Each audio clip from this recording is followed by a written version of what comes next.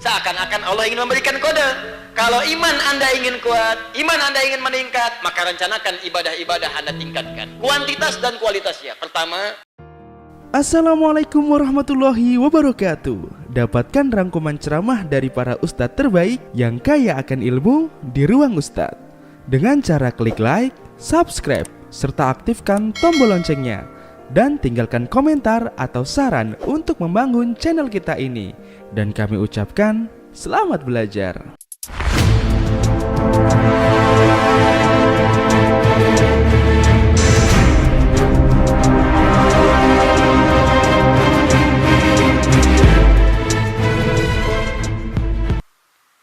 tadi apa yang dimaksud dengan doa? Mana yang kedua? Ibadah. Masih ingat? Ibadah. Maka orang-orang yang ingin dikuatkan imannya oleh Allah, berkomentar para ulama hadis dalam bab ini, jika Anda ingin dikuatkan imannya oleh Allah Subhanahu wa taala, maka mulailah dengan merencanakan untuk meningkatkan kuantitas dan kualitas ibadah kita kepada Allah Subhanahu wa taala. Karena itu dalam Al-Qur'an seringkali kalimat ibadah dibuka dengan kata iman. Sebelum kata ibadah, iman dulu. Yuk kita mulai ya. Ibadah yang kita kerjakan tiap hari, 5 kali dalam sehari, 17 rakaat. Apa namanya? Salat. Kalimat salat pertama dibuka dengan kalimat iman. Al-Baqarah ayat 3. Itu kalimat salat pertama. Alladzina yu'minuna bil ghaib. Iman. Alladzina yu'minun. Iman dulu. Alladzina yu'minuna bil ghaib. Setelah itu wa yuqimunas salat. Tuh. Awas ya, perhatikan baik-baik. Alladzina yu'minuna bil ghaib wa yuqimunas salat. Sebelum menyebutkan kalimat ibadah yaitu salat, Allah menyebutkan kalimat iman dulu. Apa korelasi iman dengan salat yang dimaksudkan di sini? Seakan-akan Allah ingin memberikan kode. Kalau iman Anda ingin kuat, iman Anda ingin meningkat, maka rencanakan ibadah-ibadah Anda tingkatkan. Kuantitas dan kualitasnya. Pertama, salat. Wa mimma razaqnahum yunfikun. Ada infak. Walladzina yu'minuna bima unzila ilaik. Ada Al-Quran. Puasa. Quran surah kedua Al-Baqarah ayat 183. Ya ayyuhalladzina amanu kutiba alaikumus syiyam. Sebelum menyebutkan syiyam puasa disebutkan iman dulu.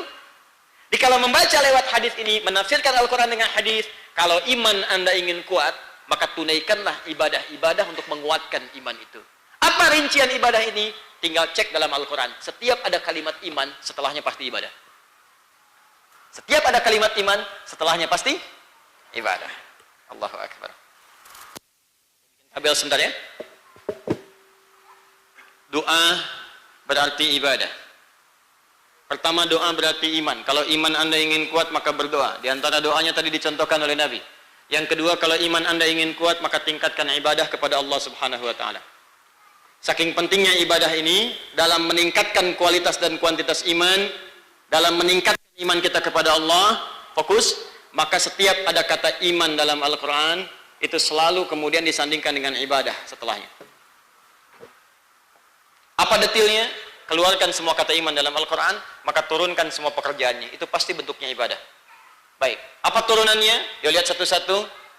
Satu, alladzina yu'minuna bil ghaib wa yuqimunas salat. Salat.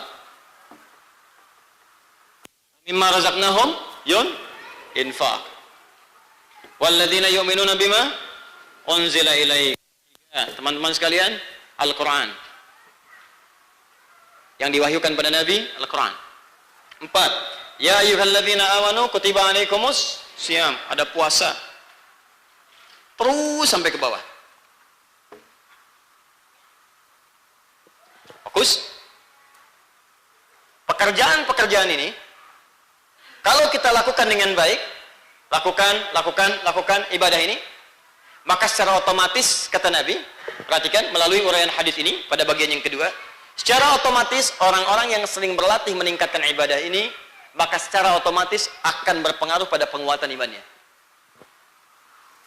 Kalau sudah imannya menguat, maka akan berubahlah semua aktivitas pekerjaan yang dikerjakan oleh seluruh anggota tubuhnya. Masih ingat konsep di awal tadi? Kalau orang punya iman, ada sinyal dalam hatinya, masuk ke mata, masuk ke telinga, masuk ke hidung, masuk ke mulut, sampai ke ujung kaki.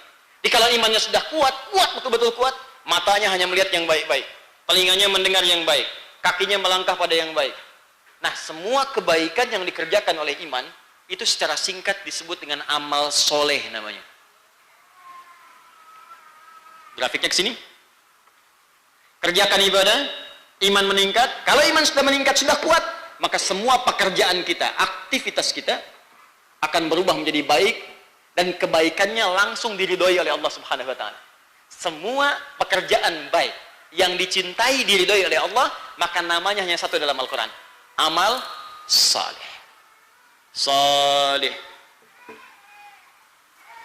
Karena itu ketika Allah menyebutkan kalimat amal saleh dalam Al-Qur'an, itu diawali dengan kalimat iman, disandingkan. Buka Quran surah 103. Surah Al-Asr. Wal 'asr. Innal insana lafi illa alladzina amanu wa amilus shalihat. Bagaimana bisa amilus shalihat? Amanu. Jadi kalau iman kitanya kuat, otomatis kemudian seluruh tubuh kita ini, perangkat hidup kita akan beramal soleh. Ya, iman kita kuat, tangan beramal soleh, rajin memberi, kan? Kaki beramal soleh, melangkah pada tempat-tempat yang baik. Lisan beramal soleh, berkata-kata yang mulia. Mata beramal soleh, melihat pada yang baik-baik. Nah sekarang, untuk menjadi seperti itu bagaimana? Supaya mata soleh, telinga soleh, lisan soleh, kaki soleh. Bagaimana caranya? Maka latihan yang kedua, setelah kita berdoa tadi, maka berlatihlah memperbanyak menunaikan ibadah kepada Allah Subhanahu wa taala.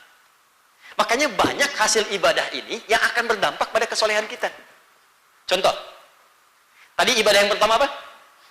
Salat kan? Apa tujuan salat? Ya. Tujuan salat itu selesai, membuat kita soleh. Jadi orang soleh, semuanya baik.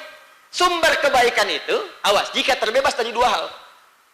Kalau dua hal ini hilang dari tubuh kita, maka selesai. Yang tersisa cuma soleh saja. Dua ini, satu fahsya, dua mungkar. Satu fahsya, dua mungkar. Anda diminta mengerjakan sholat, ibadah tadi, untuk menguatkan iman.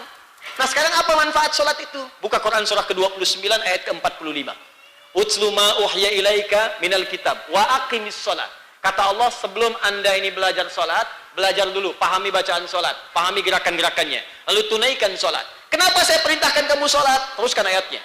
Innas sholata tanha anil fahsya.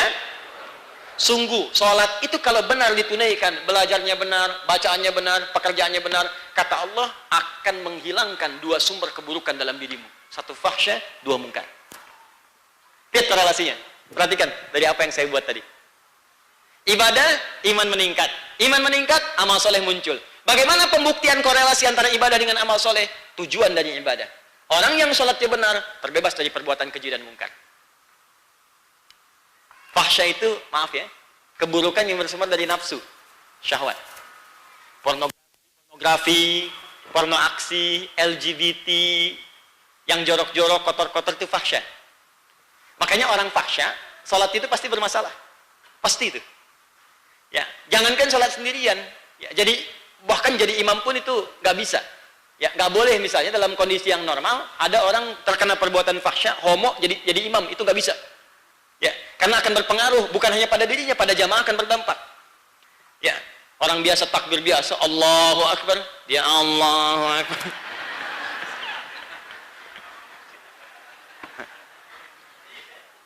Jadi kalau ada orang fahsya masih sholat, aneh itu. Aneh. Ya, tapi berita baiknya berarti hidayah Allah masih ada pada dirinya. Homo sholat misalnya, itu masih dapat hidayah untuk dia berubah. Mumpung masih ada. Sebab kalau nggak ada sama sekali itu yang bahaya. Lesbi sholat misalnya, ya, nah itu masih ada hidayah. Itu sebetulnya petunjuk Allah supaya dia sujud. Minta dalam sujud supaya penyakitnya dihilangkan oleh Allah. Minta. Karena salah dia bergaul di tempat yang salah. Kan itu nggak muncul tiba-tiba. Nggak muncul tiba-tiba, ada pengaruh lingkungan, ada pengaruh pergaulan. Minta kepada Allah yang menguasai kita untuk menyembuhkan dia. Lalu dia berikhtiar kuat untuk keluar dari dunia itu. Jelas ya? Ini perhatikan bagannya baik-baik tuh. Perhatikan bagannya. Imannya kuat, maka dampaknya kepada amal soleh. Latihannya lewat ibadah. Karena itu semua tujuan ibadah itu amal soleh.